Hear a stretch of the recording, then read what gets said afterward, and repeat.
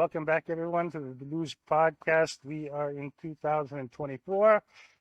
It's been a while, but we've always been working on it, and we're going to start off the year with a very quick, let's say, sidestep into the origins of psychoanalysis, specifically Freud, Lacan, and Pierre Félix Guattari's machine and structure, which was the beginning of his rupture with Jacques Lacan.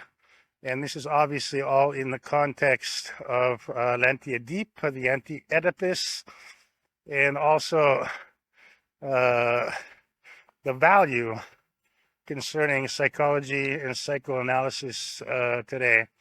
So let's get started. Okay, so welcome back everyone to the Deleuze Modeste podcast. We are now in 2024.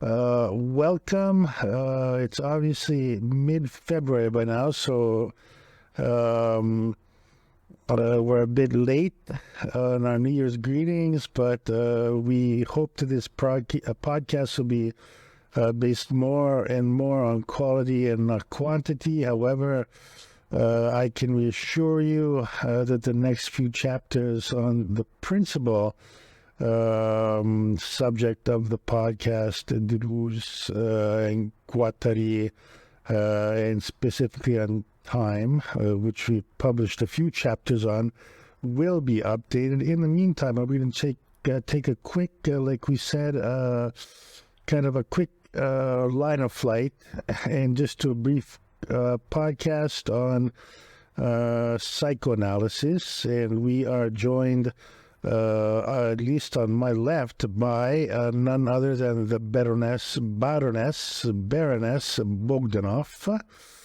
otherwise known as Fanny Pistor, otherwise known as, if memory serves correctly, Wanda von Durayu, otherwise known as Venus in Furs, the subject of Leopold von Sacher-Masoch's Venus im Pelze. And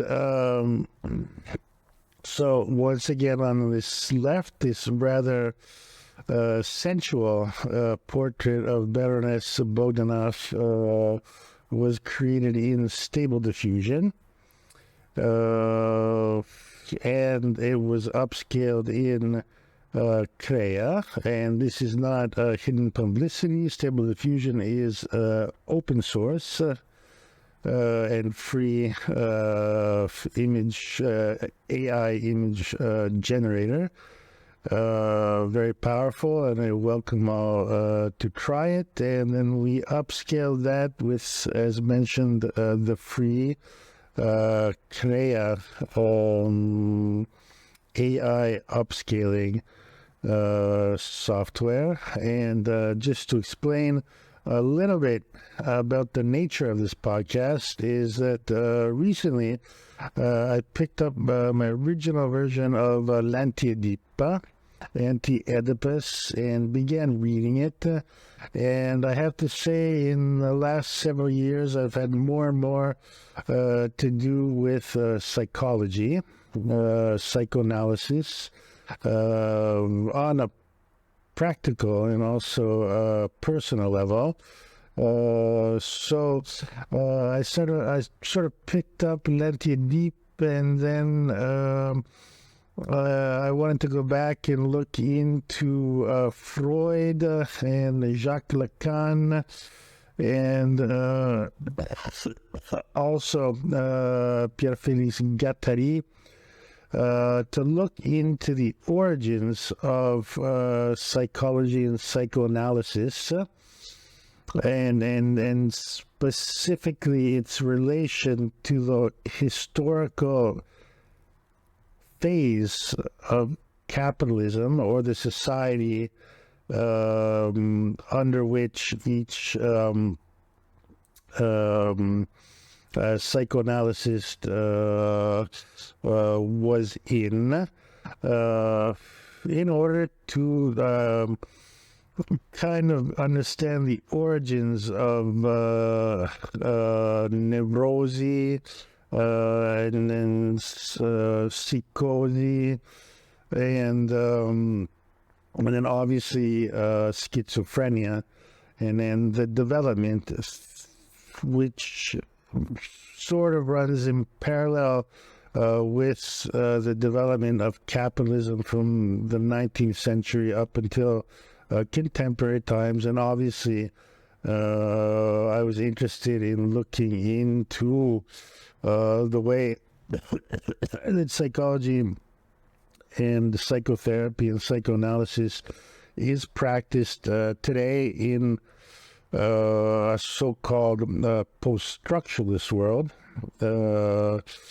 keeping in mind that Freud and Lacan were heavily criticized by Pierre Félix Guattari for their use of free association, symbolism, and structuralism substantially. However, without going too much into detail, what surprised me in going back to the texts of Freud and Lacan was kind of this kind of strange obsession, in my opinion, of the role of sexuality, and then family, and then sex, and then this consistent presence of the phallus, essentially, or in Lacanian terms, the original repression, which always leads back to the phallus and the missing object, etc., etc. And then what really struck me, it's been a long time since I've gone over those texts, was kind of this perverse obsession with sexuality, which to a certain degree is contested by Pierre Félix Guattari and also Gilles Deleuze in Anti-Oedipus. But if we consider this podcast is just going to be kind of psychoanalysis 101, we're just going to go and look into the very basic principles, just to get a very basic framework of this, and then perhaps in future episodes we can get into more detail on some of these issues. I was really struck by this obsessive role of family and then sexuality, which also in kind of difficult ways to initially comprehend in its relation to Marxism, which would seem on the surface to be quite peculiar.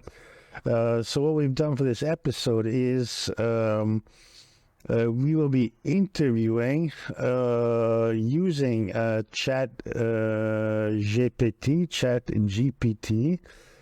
We will be interviewing. Obviously, we cannot interview Freud or Jacques Lacan directly, but we have reconstructed them in digital format, and we will be doing an interview with them, asking some questions directly to ChatGPT, which will give us our answers as if we were talking to Sigmund Freud or Jacques Lacan. And we've also added some assistance to both Freud and Lacan, and just to kind of vary the content, and then also convey this kind of ambient or sense that I somehow always come across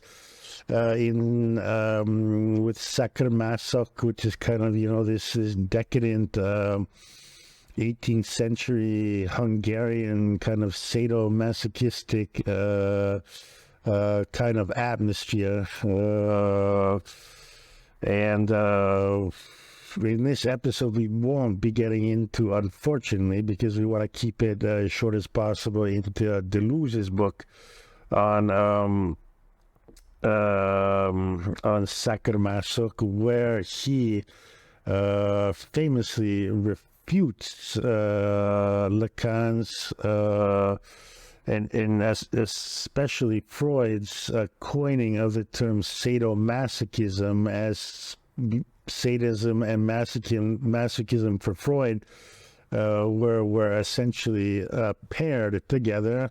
And Deleuze, in his book on Sacher-Masoch, refutes that, stating, you know, the differences between sadism and masochism. But that isn't essentially the point. What we want to do here, and we will get to it right away, is get to our kind of mock interview through time with Sigmund Freud and some of his assistants, and then Jacques Lacan and some of his assistants, touch a little bit on Michel Foucault and his discipline and punish, and how that kind of contextualizes Freud within his specific epoch in a very specific system or machine of capitalism, which obviously evolves over time towards Jacques Lacan a few decades later, which evolves from neurosis to psychosis.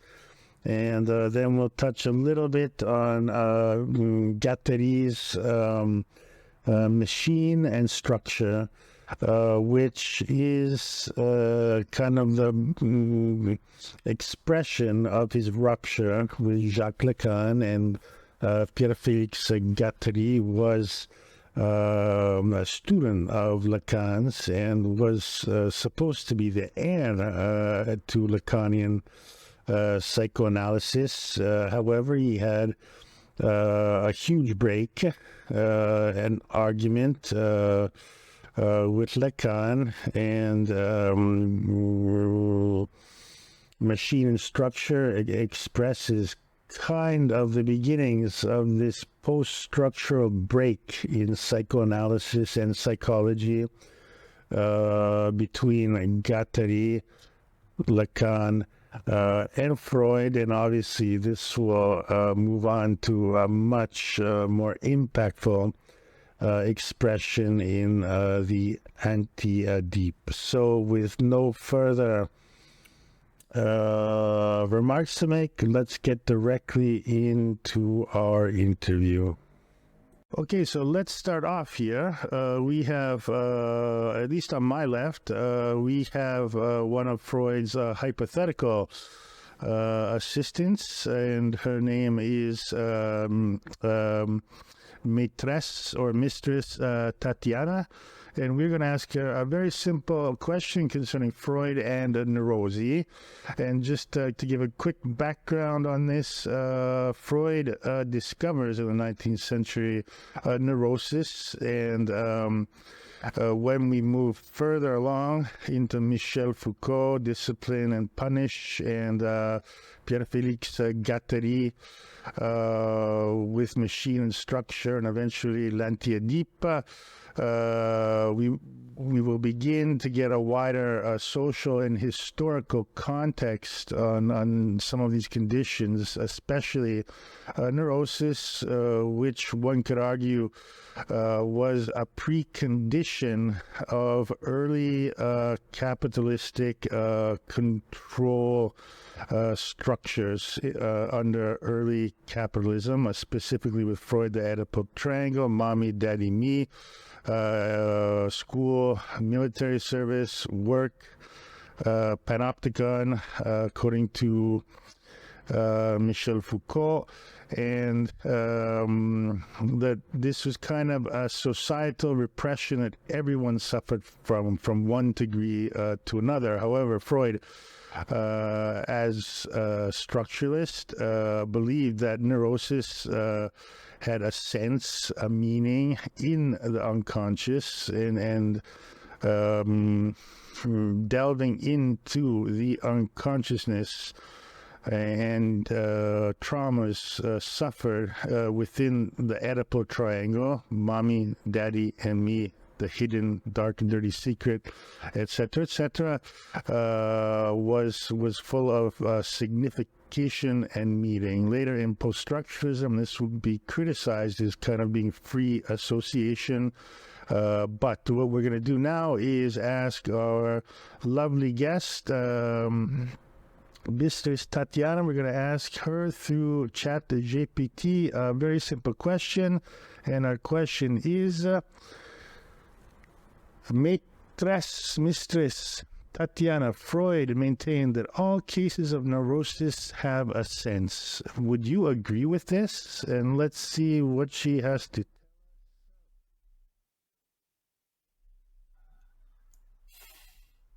Sigmund Freud, the founder of psychoanalysis, did indeed propose that all cases of neurosis have a psychological meaning or sense.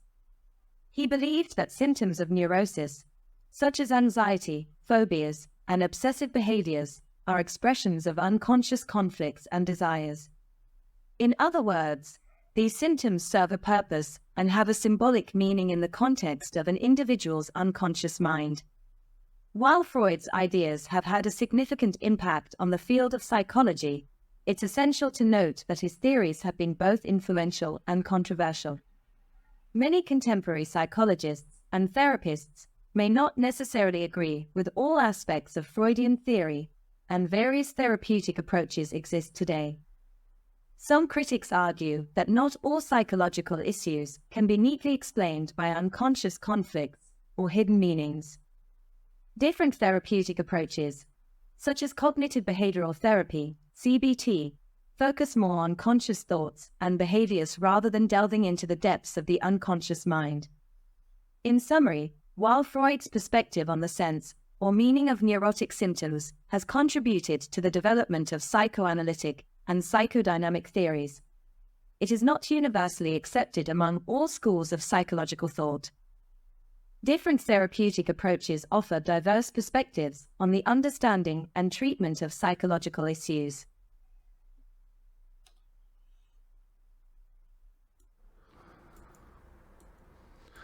So, excellent. Thank you very much, Mistress Tatiana, for quite an excellent answer. I'm just going to add very quickly before we move on to another assistant and another question.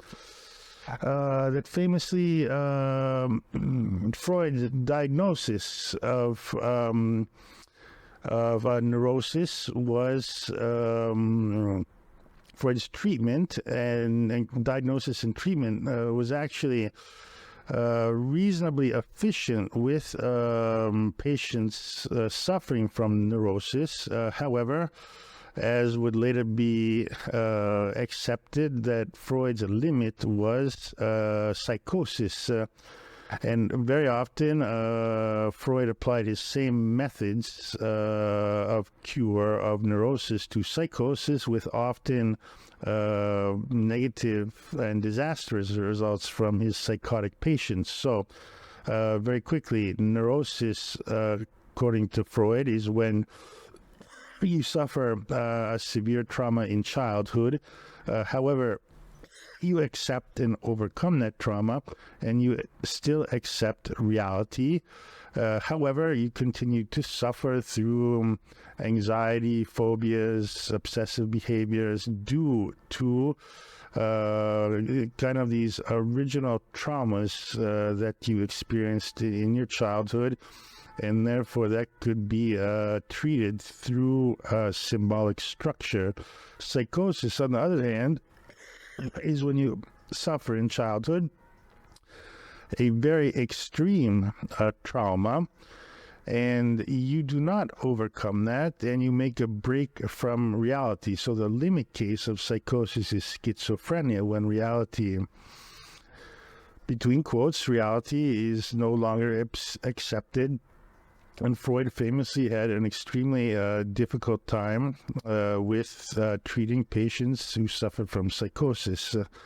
And this will later, we'll move along to Jacques Lacan, who concentrated much more on cases of psychosis, and later on, in the context of Foucault, Deleuze, Guattari, one could argue, and this is very relevant today, that if neurosis was a precondition of early capitalistic societal structure, in contemporary capitalistic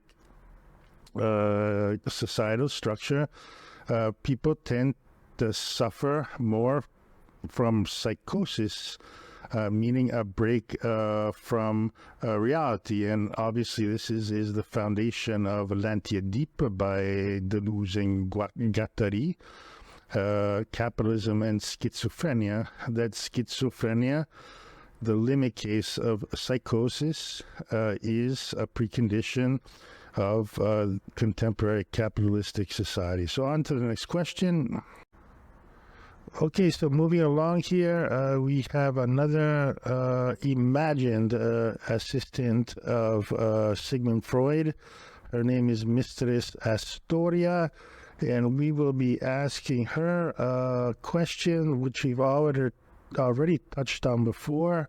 So let's get straight into this. I'm going to ask Mistress Astoria kindly to respond to my question, which is precisely: Gilles Deleuze and Pierre Félix Guattari sought to demonstrate in the book Anti-Oedipus that Freud's diagnosis was relative to the 19th century and its capitalistic societal structure, and only partially relevant today. Do you agree? So let us check out Mistress Astoria's response to this.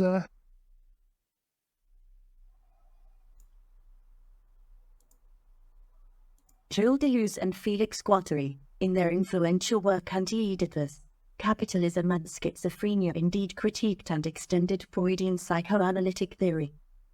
One of their main arguments was that Freud's diagnosis was tied to the social and economic conditions of the 19th century, particularly the capitalism of that era. They suggested that the Oedipus complex, as conceptualized by Freud, was a reflection of the prevailing social structures and norms of his time. Deleuze and Guattari argued that the Oedipus complex and Freudian psychoanalysis, with its emphasis on familial relationships and the unconscious mind, were insufficient to explain the complexities of desire and subjectivity in contemporary society. They claimed that Freud's framework pathologized desire and created a repressive model that aligned with the interests of capitalist systems. Instead, Deleuze and Guattari proposed a more dynamic and fluid understanding of desire and subjectivity. They introduced the concept of the schizoanalysis, which aimed to understand the ways in which desire operates and is repressed in various social and cultural contexts. While their ideas have been influential, it's important to note that perspective and the relevance of Freud's theories continue to vary among scholars and practitioners. Some argue that Freud's insights remain valuable, while others, like Deleuze and Guattari, suggest the need for a more contemporary and context-specific understanding of human subjectivity. In the realm of psychology and philosophy, there is often a diversity of perspectives, and different scholars may offer critiques and alternative frameworks to understand the complexities of the human psyche and society. As with any intellectual debate, there are proponents and critics of various theories, and the field continues to evolve.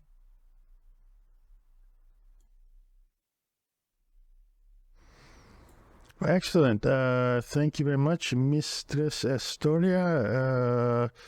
That is kind of a very delicate and good answer to our question. So at this point, I think everything should be pretty clear, and let's move on to the next question.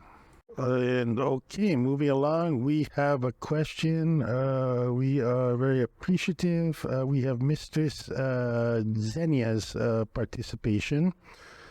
and we are going to ask her very succinctly the next question. So our question to her will be: oppression seems to be a key factor in Freud's analysis of the human condition. Is this correct? If so, how did he discover this? Do the oppressions we suffer in our minds define us? Also, Freud defines two archetypes that suffer from oppression: neurotics and psychotics. What is the difference? And now let us listen to her answer.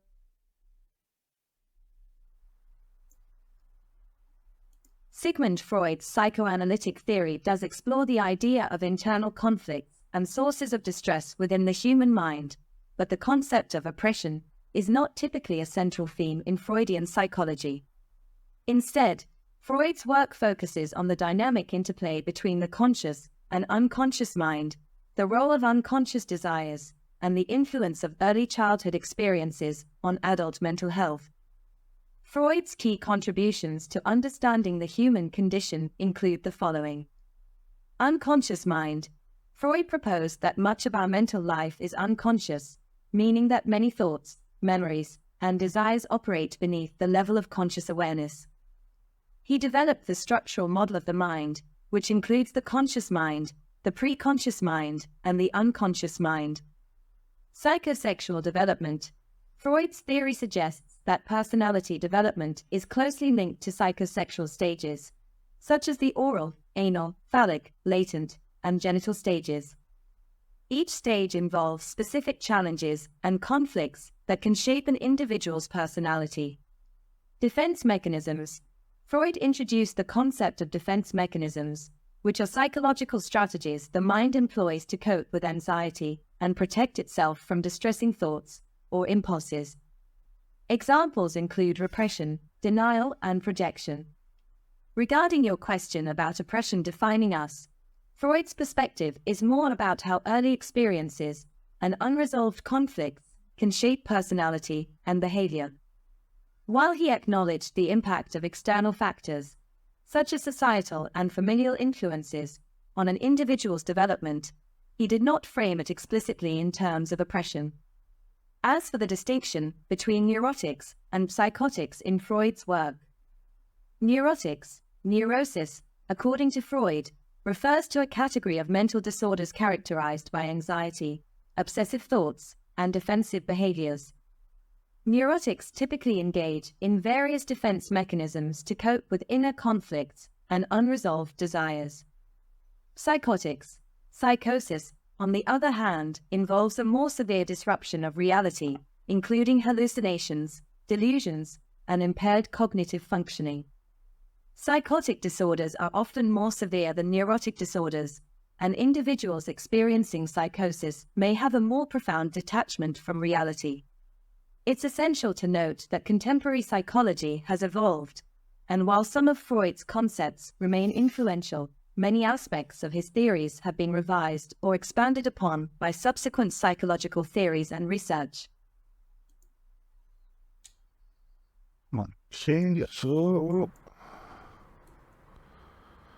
Excellent. Thank you very much, Mistress Jenny. I think everything is pretty clear, and I guess I do stand corrected. Partially, I believe, from Freud's perspective, that oppression was not a principal concern of it. However, it was a horrific concern of him and Freud, as with Lacan, were very obsessed with the individual within itself. And obviously, this will be part of the big break between Jacques Lacan and Pierre Félix Guattari, because Lacan insisted that psychoanalysis was something that you would have to do individually with your patient on the couch or in chains or getting whipped or whatever, where quite famously Pierre Félix Guattari insisted that psychosis was a social condition, and this is the reason why in Guattari's clinic he would force doctors to sleep and live with the patients, and because Guattari understood psychosis not on an individual level, but on a collective, social and societal level. Just another quick point here. I think we can, concerning l'Anti-Oedipus, the Anti-Oedipus, we can kind of sort of understand two things. One, Guattari's essential contribution to the Anti-Oedipus, and I think we can kind of understand Deleuze's obviously not break, but his interest in psychology and psychoanalysis, specifically if we look into Freud's conception of the conscious mind and the unconscious mind. So already there, and obviously memory from a Bergsonian point of view, I think we can understand here a little bit. We know with Deleuze it's never a duality, but we know that the actual and the virtual, the conscious, the unconscious time. So I think it should be kind of getting a little bit clear why Deleuze, especially in l'Anti-Oedipus and from there forward, was greatly interested in psychoanalysis and psychoanalytics. So let's move on to the next question. Okay, for our next question, we have yet another assistant of Sigmund's. This is Lady Domina, and I suppose Freud, in this ideal world, is very lucky to have such a group of intelligent assistants, and we're going to ask her a question which follows up on what we've said before, but we are going to ask her a question specifically involving Michel Foucault. So I'm going to go ahead with the question. Lady Domina, nice to have you here. And here is our question for you. It would seem that Freud's views are far from being universal, as you have mentioned.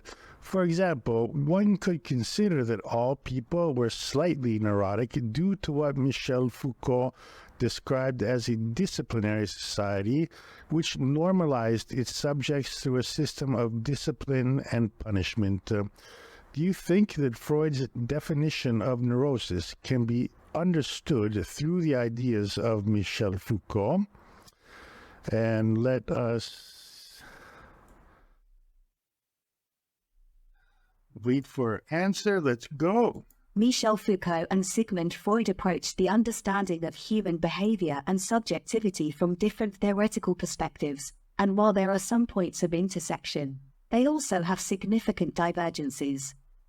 Foucault's work, particularly in Discipline and Punish and The Birth of the Clinic, focused on the ways in which power structures and societal institutions shape individuals. He explored how disciplinary practices in various institutions, such as prisons and hospitals, influence and regulate behavior. Foucault introduced the concept of the panopticon, a metaphor for the modern disciplinary society in which individuals internalize norms and surveillance, leading to self-regulation. On the other hand, Freud's psychoanalytic theory delves into the individual's inner world, emphasizing the role of the unconscious, early childhood experiences, and the dynamics of the psyche. Freud's focus is on intrapsychic conflicts, defense mechanisms, and the influence of unconscious desires on behavior. While their theories differ in emphasis, there are points where their ideas intersect.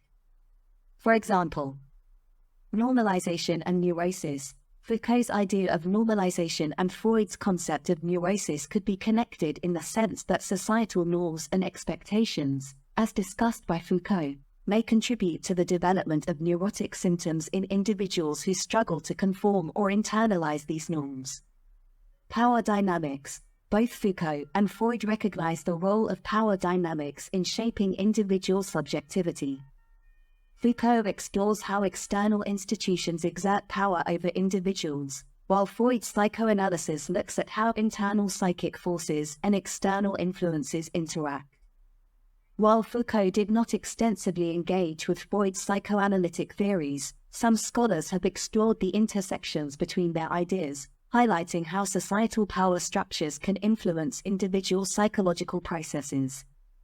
It's important to approach these connections with a critical eye, recognizing that each theorist had a unique framework for understanding human behavior and society. Integrating their ideas requires careful consideration of the context and limitations of each theory. The application of Foucault's ideas to understanding the societal influences on neurosis can be a fruitful avenue for exploration, but it involves an interdisciplinary and nuanced analysis.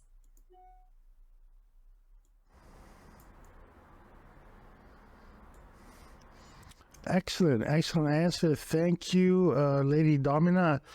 A great answer, and I don't think there's really much to add there. Has been very, very clear. So let's move on with our line of questioning.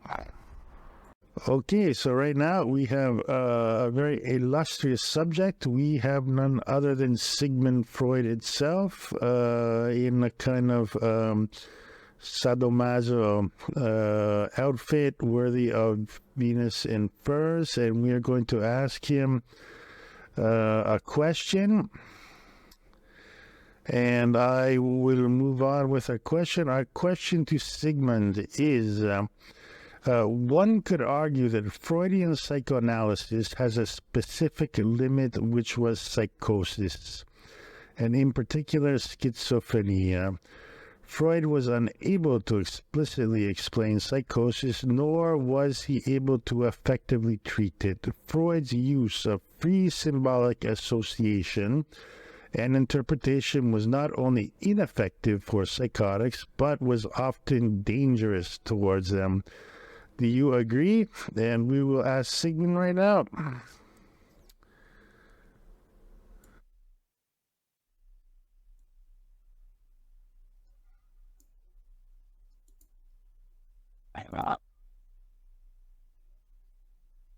Yes, it is accurate to say that Freudian psychoanalysis had limitations when it came to understanding and effectively treating psychosis, particularly schizophrenia. Freud's approach, which heavily relied on techniques like free association and interpretation, was indeed less effective and, in some cases, considered potentially harmful for individuals suffering from psychotic disorders. Freud's psychoanalytic methods were primarily designed to explore the unconscious conflicts and dynamics that underlie neurotic symptoms. When it came to psychosis, which involves a more severe disruption of reality and often profound detachment from it, the traditional psychoanalytic methods were found to be less applicable. Several reasons contribute to the limitations of Freudian psychoanalysis in dealing with psychosis. Symbolic interpretation. Freud's emphasis on symbolic interpretation assumed a certain level of coherence in the patient's thoughts and communication. In psychosis, where there can be significant disturbances in thought processes and reality testing, the reliance on symbolic interpretation becomes challenging. Free association, a technique in which patients freely express thoughts and associations without censorship, may not be as useful in individuals with psychosis, who may experience disorganized or fragmented thinking. Structural model limitations. Freud's structural model of the mind, ID, ego, and superego, may not fully capture the complexities of psychotic disorders which involve disturbances in perception, thought, and affect. As a result, many psychoanalysts and other mental health professionals have developed alternative therapeutic approaches, such as psychodynamic psychotherapy or modified psychoanalytic techniques, when working with individuals experiencing psychosis. It's essential to note that the field of psychology has evolved significantly since Freud's time, and contemporary approaches to understanding and treating psychosis often involve a combination of biological, psychological, and social interventions. Modern treatments for schizophrenia, for example, may include antipsychotic medications, cognitive behavioral therapy, and supportive counseling. While Freud made significant contributions to the field of psychology, his theories and methods are not considered comprehensive or universally applicable, especially in the context of severe mental disorders like schizophrenia.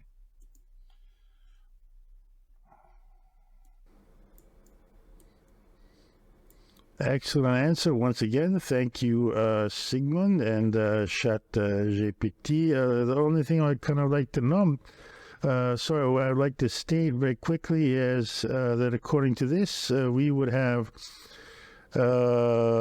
neurosis, which is commonly associated with, but not only the 19th century. Obviously, neurosis is something common today as well. However, neurosis was treated by Freud in, we could say, kind of structuralist manner, in which we delve into your unconscious and we find the Oedipal triangle, and we find a structural meaning and structural symbolic order in the unconscious, which is the cause of behavioral disorders. However, in Freud's opinion, his difficulty with psychotics was that they did not have mentally, as he stated, the coherent in thought and communication, and therefore the linguistic and therefore symbolic structure would break down in the case of psychotics, and the use of free association and structuralist symbolism did not work in the case of psychotics. On the contrary, it often made their case much worse. So once we go forward to Lacan and Guattari and Deleuze, I think it's important to keep in mind this difference between neurosis and psychosis, and kind of make a parallel between structuralism and post-structuralism. Okay, so we are moving on to Jacques Lacan, the heir of Sigmund Freud, and possibly in a phase in which society possibly moves from neurosis into psychosis, although I think that would be a complicated issue within itself. However, we are lucky enough to have Mistress Greta with us right now, who's going to answer just a quick question to get us familiar with Lacanian psychoanalytic theory and how it evolves from and is related to the work of Sigmund Freud. So we are going to ask Greta. Thank you for being here, Greta. We appreciate your time. We're going to ask you a very quick question. Our question is, Jacques Lacan arrives and revolutionizes Freud's theory of psychoanalysis. How did he revolutionize it? Also, Lacan was very interested in oppression or repression, but differently from Freud. Lacan believed in a primal or original oppression, which was the cause of all of the other oppressions. Can you explain that to us? And we will now leave the stage and see what she has to tell us. Jacques Lacan, a French psychoanalyst, indeed played a significant role in reinterpreting and extending Freudian psychoanalysis. Lacan's work, often referred to as Lacanian psychoanalysis, introduced several key concepts and shifts in emphasis that can be considered revolutionary in the context of Freudian theory. Structuralism and linguistics. Lacan incorporated ideas from structural linguistics, especially the work of Ferdinand de Saussure, into psychoanalysis. He emphasized the role of language and symbols in shaping the human psyche, introducing the concept of the symbolic order. This linguistic turn had a profound impact on the way Lacan approached the understanding of the unconscious. The mirror stage. Lacan introduced the concept of the mirror stage, which describes a crucial developmental moment when an infant first identifies with its own reflection in a mirror. This stage is seen as foundational for the formation of the ego, and it introduces the idea that the self is constructed through symbolic representation. The three registers. Lacan proposed a tripartite model of the psyche, consisting of the real, the imaginary, and the symbolic registers. This departure from Freud's structural model, ID, ego, superego, allowed Lacan to explore the complexities of subjectivity in a more dynamic and linguistic framework.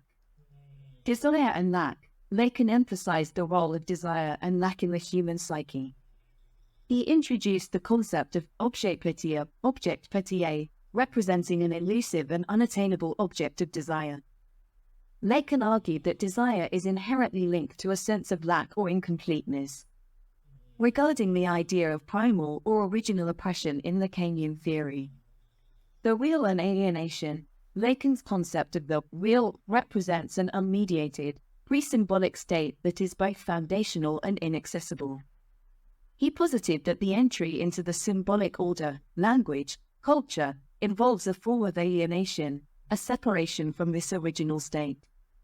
This alienation is central to Lacan's understanding of human existence and is often considered a form of primal repression or oppression. The law of the father. Lacan introduced the idea of the name of the father as a symbolic function that imposes social and cultural norms. The entrance into the symbolic, governed by the law of the father, involves accepting societal rules and language. This acceptance is seen as a form of necessary oppression that structures subjectivity. Lacan's emphasis on language, symbols, and the interplay between desire and lack contributed to a rethinking of Freudian concepts and expanded the scope of psychoanalytic theory. While Lacan's ideas have been influential, they are also complex and have generated diverse interpretations within the field of psychoanalysis. Excellent. Thank you very much, Greta. A great answer once again. And I think we'll move on into the next question. I believe we have another assistant who is waiting to answer our next question. We will get a little bit further into the world of Lacan. And just very quickly, I think we can see some of Freud's concepts or ideas have been carried over to Lacan. However, Lacan is pushing it much further. Obviously, in a structuralist and linguistic sense. However, developing the mirror stage, the three registers, the real, the imaginary, and symbolic registers, which depart significantly from Freud's ego and superego, and together with, above all, the concept of original repression, which occurs, as you'll see now, in a child's youth before being able to speak a language. We will see this aspect of Lacan, which widens the field a lot. However, at least in my opinion, presents several concepts that I personally find rather troubling, but I think in the end we can kind of see the context in which Guattari and Deleuze were working towards. So let's move on to our next question. Okay, so moving on with Lacan, we are now have the honor of Mistress Blanca, one of my preferred mistresses and assistants to Jacques Lacan, who will answer our next question. And it will be a rather long one, but the topic will be this new concept that, amongst other concepts, but one of the new concepts, which personally I find rather disturbing, that Lacan introduces into psychoanalysis, that being the concept of an original or primal repression. So I'm going to ask Blanca the question. And our question is, it's going to be a little bit long, but let's try it anyway. Mistress Blanca, here is one example of Lacan's concept of primal oppression. A young child who is too young to use language wants to grasp his mother's desire. Yet he cannot, because he cannot speak. So he therefore seeks to be the object of his mother's desire through what his father possesses, specifically a phallus. But the child is forced to abandon this desire because his father has a phallus. In the case of a male child, obviously his phallus at such a young age is not, could not be considered an object of desire, and that would also be incest, so we will exclude that as a possibility.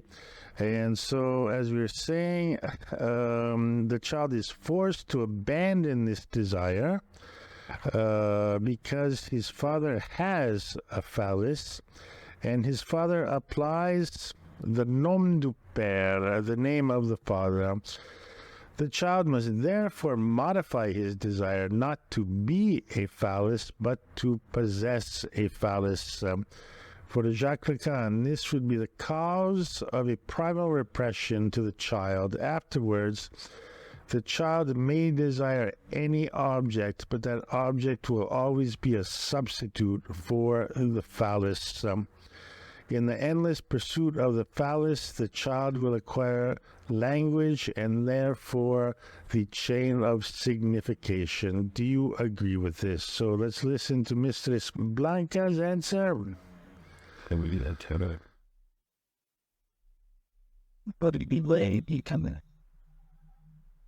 example you provided captures key elements of Jacques Lacan's psychoanalytic concepts, particularly his ideas related to desire, the Oedipus complex, and the symbolic order. While I don't hold personal opinions, I can offer an analysis of Lacan's theory based on your description. In Lacanian terms, desire for the mother, Lacan argues that in the pre-linguistic stage, the child's primary desire is directed towards the mother. However, the child's inability to articulate this desire leads to frustration and a quest for a way to fulfill it. Phallus as a symbol, Lacan introduces the phallus as a symbolic signifier rather than a mere anatomical organ. It represents the unattainable object of desire and the lack that is inherent in the human experience. Nom du père, name of the father, the intervention of the father, or the imposition of the law of the father, is crucial in Lacanian theory. This symbolic function involves the father figure as the one who represents societal norms, rules, and language. The father's possession of the phallus becomes a symbolic authority, and their nom du père establishes a framework for social and cultural identification. Primal repression, the child, in recognizing the father's possession of the symbolic phallus, experiences a form of primal repression. The child must abandon the direct pursuit of the mother's desire and, instead, modify their desire to align with societal norms and structures. Desire and language. Lacan contends that the pursuit of the phallus becomes a foundational aspect of desire and identity formation. The child's entry into the symbolic order, marked by language acquisition, involves the endless pursuit of signifiers that represent the unattainable phallus. Lacan's complex framework emphasizes the role of language, symbolism, and societal structures in shaping subjectivity and desire. The pursuit of objects in the symbolic realm becomes a substitute for the unattainable phallus, driving the individual's search for meaning and identity within the cultural and linguistic context. It's important to note that Lacan's theories are intricate and open to various interpretations. While some scholars find his concepts illuminating, others may critique the complexity and abstraction of his ideas. Yes, indeed. Thank you very much. Lacan, no doubt, Lacan is a very complex psychoanalyst, and from a philosophical point of view, there's a lot to look into. As I mentioned before, personally, the idea of primal repression is, in my opinion, quite extreme, but as we know, and as we will now get into, and also in the context of our podcast, which is primarily the works of Gilles Deleuze and Pierre Félix Guattari,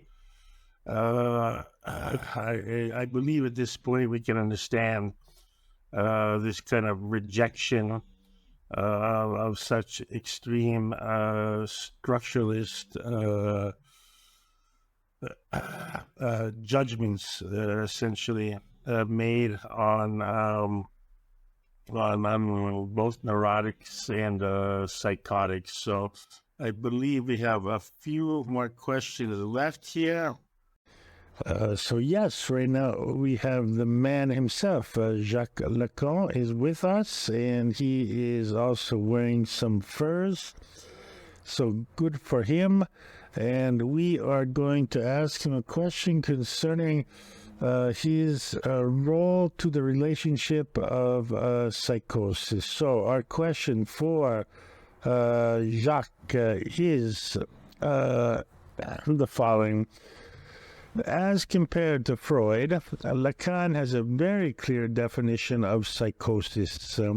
According to Lacan, it is when the primary oppression is not completed or resolved that people become psychotic. When the father's no does not work, psychosis occurs. Neurotics may suffer excessive repression, however, they have completed the triumph of their primal repression. For the neurotics, the nom de père is completed and installed in their consciousness as its first signifiant. In the case of psychotics, the unconscious rejects the father's no, and therefore they become psychotic. Do you agree? So, Jacques, we are extremely interested in your answer here, and let's see what you have to say.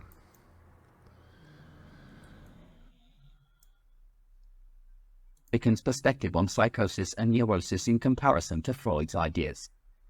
Lacan's conceptualization of psychosis involves the failure of the symbolic order to integrate and establish itself within the individual's psyche, leading to a breakdown in the function of the name of the father, nom de père, and the paternal metaphor. In Lacanian terms, psychosis and the symbolic order, Lacan argues that in neurotics, the paternal metaphor and the symbolic order are successfully integrated into the individual's psyche. The nom de père operates as a fundamental signifier, allowing for the resolution of the Oedipal complex and the acceptance of societal norms.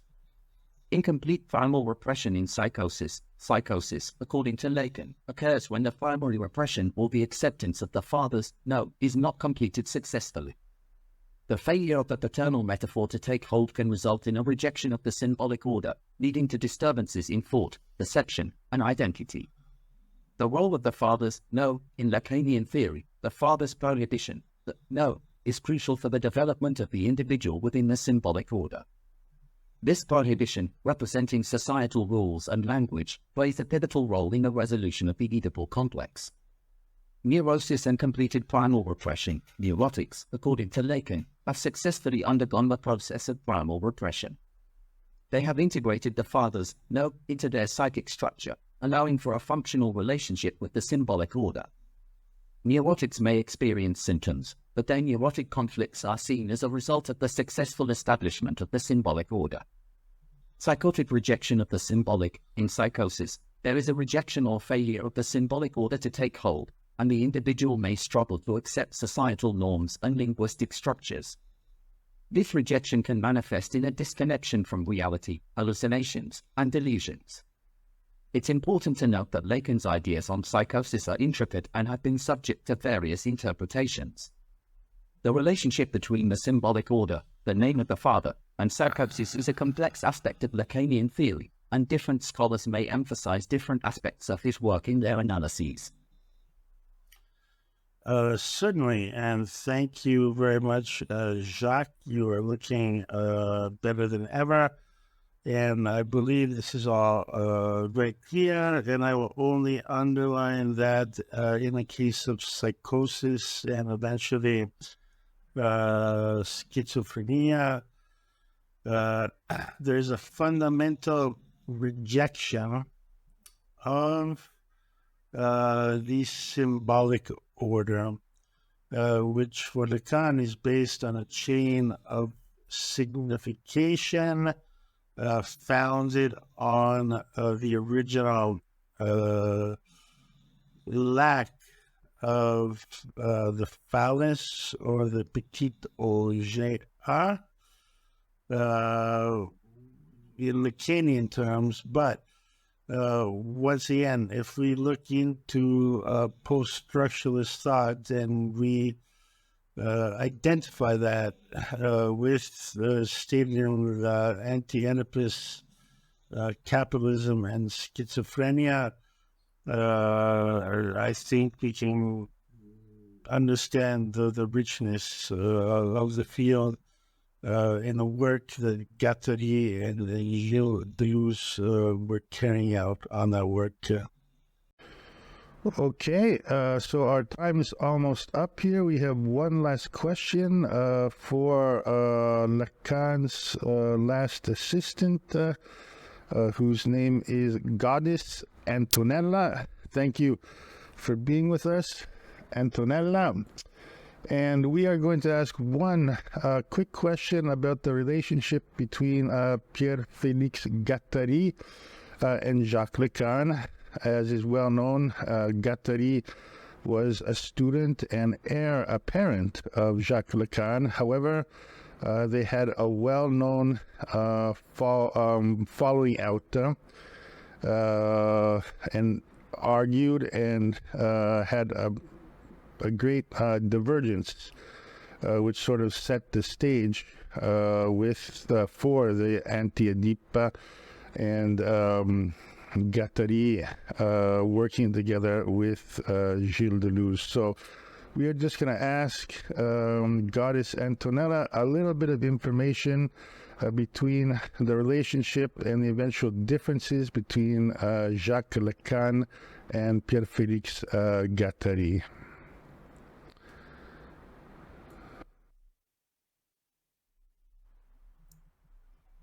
It with Jacques Lacan during a certain period, but their intellectual paths diverged, leading to a notable falling out.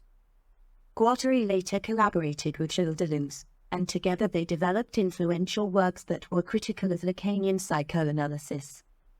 The main differences between Lacan and Guattari can be understood through both theoretical and practical aspects. Institutional psychotherapy versus Lacanian psychoanalysis. Jacques Lacan maintained a focus on the psychoanalytic chemic and the individual analysis within the framework of his reinterpreted Freudian psychoanalysis. He emphasized the importance of the analytic city, the relationship between the analyst and the sound, and the symbolic order of understanding the human psyche. Guattari, on the other hand, became increasingly interested in an intersection of psychoanalysis and social institutions. He developed the concept of institutional psychotherapy, emphasizing group dynamics and societal structures in understanding and treating mental health issues. This departure from the strictly clinical focus of Lacan's psychoanalysis contributed to their divergence. Critique of the Oedipus complex. Lacan placed significant importance on the Oedipus complex as a central organizing principle in psychoanalysis. He saw it as a fundamental aspect of human subjectivity and desire, crucial for the development of the individual within the symbolic order. Guattari and Deleuze were critical of the Oedipus complex, considering it too limiting for understanding the complexities of desire and subjectivity. They argued for a broader and more fluid understanding of desire that transcended the Oedipal framework. Desiring Machines and Anti-Oedipus. Deleuze and Guattari, in their collaborative work Anti-Oedipus, Capitalism and Schizophrenia, Deleuze and Guattari developed the concept of desiring machines, proposing a more decentralized and non-hierarchical model of desire. They criticized what they perceived as the repressive nature of psychoanalysis, including Lacanian psychoanalysis, and sought to liberate desire from traditional structures. Political and social engagement. Guattari's later works, especially those with Deleuze, engaged more directly with political and social concerns. They explored the intersection of desire, capitalism, and societal structures. Guattari's focus on social and political issues was a departure from Lacan's more clinical and theoretical orientation. The differences between Lacan and Guattari were not merely theoretical but also reflected broader philosophical and practical orientations.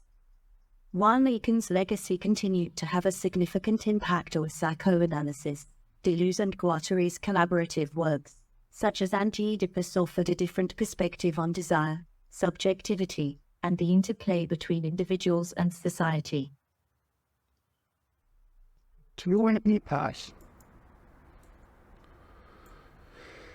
Excellent. Thank you very much, Goddess Antonella, and our time is up. We just want to give a shout out and special thanks to Sigmund and Jacques and all of his assistants for dedicating this time to us, and thank you very much, Sigmund.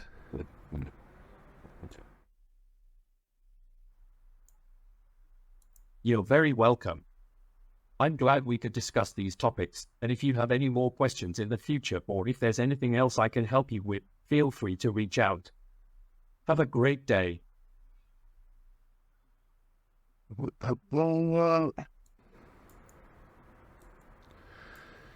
Have a great day as well, and I'm sure we'll be back and meet again. Okay, so there we are. This was intended to be just a very quick psychoanalysis kind of 101 class.